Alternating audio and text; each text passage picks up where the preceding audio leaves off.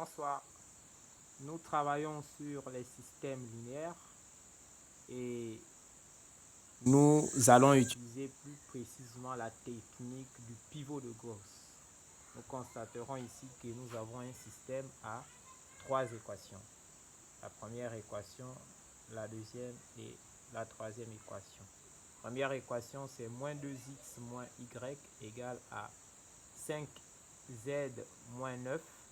La deuxième, c'est moins x plus 3y égale à, moins x plus 3y plus 5z égale à 0.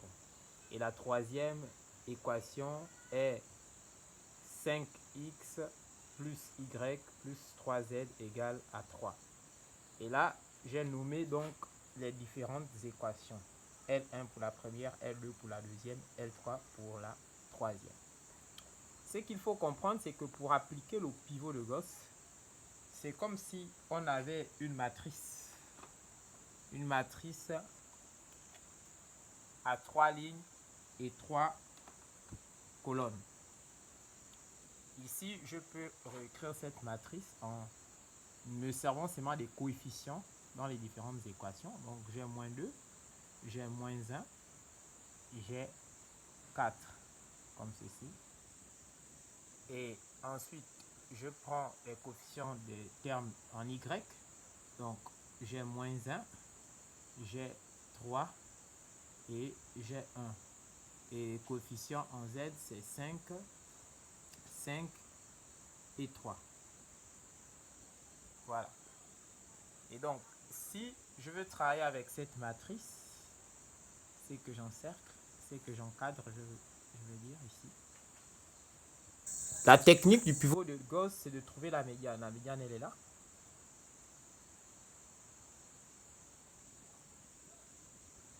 Voilà. Après trouver la médiane, c'est de dire quoi? C'est de dire que je vais éliminer les termes dont les coefficients sont en dessous de la médiane.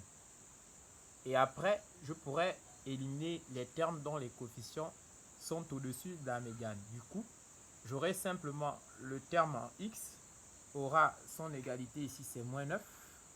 J'aurai le terme ici en y, donc au niveau de 3, ce sera égal ici à 0. Et le terme en z ici, ce sera égal ici à 3. Et facilement sur chaque équation, je peux trouver donc ici les différentes valeurs x, y et z qui sont les solutions ici à notre système linéaire. Bien. Seulement, si je m'en vais éliminer et les termes des coefficients qui sont au-dessus de la médiane, c'est-à-dire les termes des coefficients moins 1, 5 et 5, et j'élimine également ceux qui sont en dessous de la médiane, mais ce sera très long et très complexe dans les calculs. Pour ce faire, je vais me proposer simplement d'éliminer les termes dont les coefficients sont en dessous de la médiane. Et à partir de là, donc, j'aurai déjà le terme en y. Ce sera donc égal à 3. À partir de ce moment, dès que je tire y, je peux remplacer dans la deuxième, puisque j'aurai ici le terme en y et le terme en z. Je remplace z par sa valeur et je vais tirer y et ainsi de suite pour tirer x avec la première équation. Comment on procède? Je dois éliminer ici donc moins x et à la troisième équation, je dois éliminer 4x. Pour éliminer moins x, qu'est-ce que je fais? Je vais isoler la première équation, comme vous le voyez ici. J'isole la première équation. Donc, je réécris la première équation. Seulement, la deuxième équation, pour l'écrire, qu'est-ce que je fais? Je dois éliminer le terme en x, c'est-à-dire moins x, en me servant de la première équation que j'ai isolée. Donc, pour éliminer ici le terme en moins x ici, il suffit de faire la première équation plus l'opposé, c'est-à-dire plus moins 2 fois la deuxième équation. Et c'est ce que je fais ici.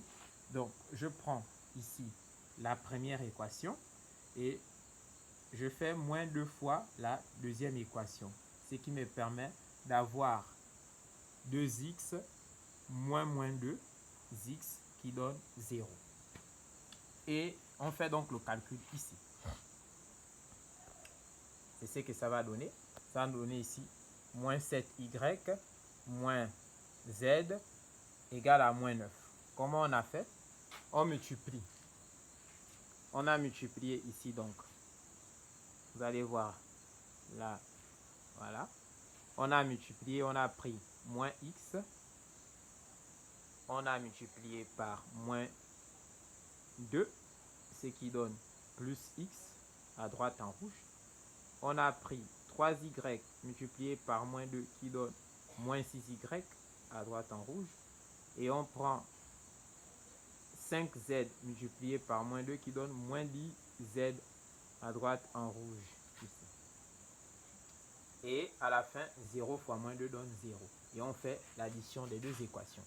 C'est-à-dire la première équation de notre système, que j'ai nommée L1, plus la seconde équation, qui est simplement ici, L1 moins 2 L2.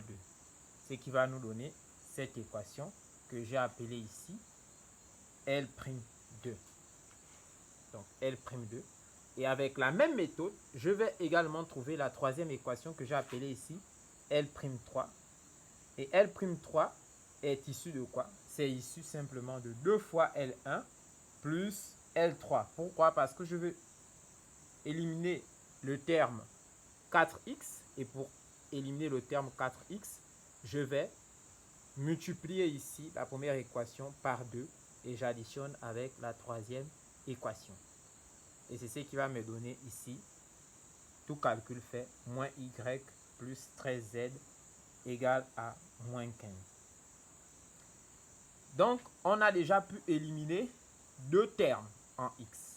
Comme vous voyez, on disait qu'on devait éliminer les termes qui sont en bas. Ici, il y a deux termes en x et le terme en y. Donc, il faut éliminer ce terme. Pour la deuxième équation, on a fini. Le seul terme, c'était le terme en x. Pour la troisième équation, on a déjà éliminé le terme en x. Il manque à éliminer le terme en y. Cette fois-ci, on doit se servir des deux dernières équations obtenues. Donc, ici, il suffit de multiplier par moins 7. Ça va donner ici moins 7y plus 7y. Et le terme en y ici sera éliminé. Et c'est ce que nous avons fait ici dans l'équation qui est là en bas. On a éliminé, on obtient donc moins 96z égale à 96. Du coup, puisque on obtient ceci, moins 96z égale à 96, on va venir l'écrire ici, dans notre troisième. Donc on obtient ici moins 96z égale à 96. Voilà. Donc, on se retrouve avec un système où on a éliminé le terme en x ici à la deuxième équation et les termes en x et en y à la troisième équation. Du coup, on peut tirer donc z. Comme vous voyez, on tire z. Z, ce sera égal à quoi? Z égale à 96 sur... Donc, moins 96 sur 96.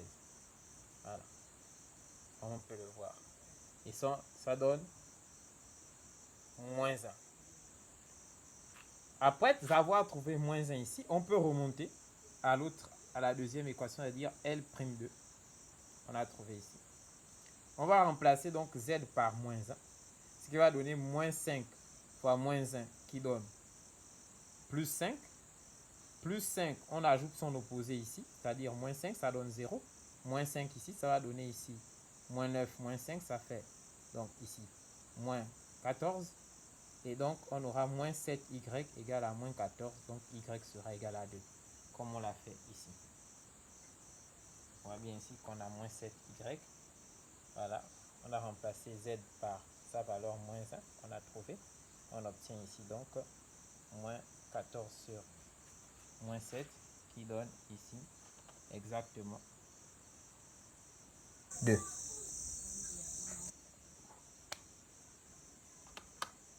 nous allons poursuivre avec la première équation.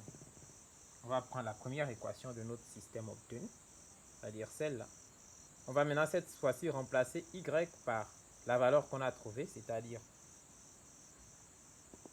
2.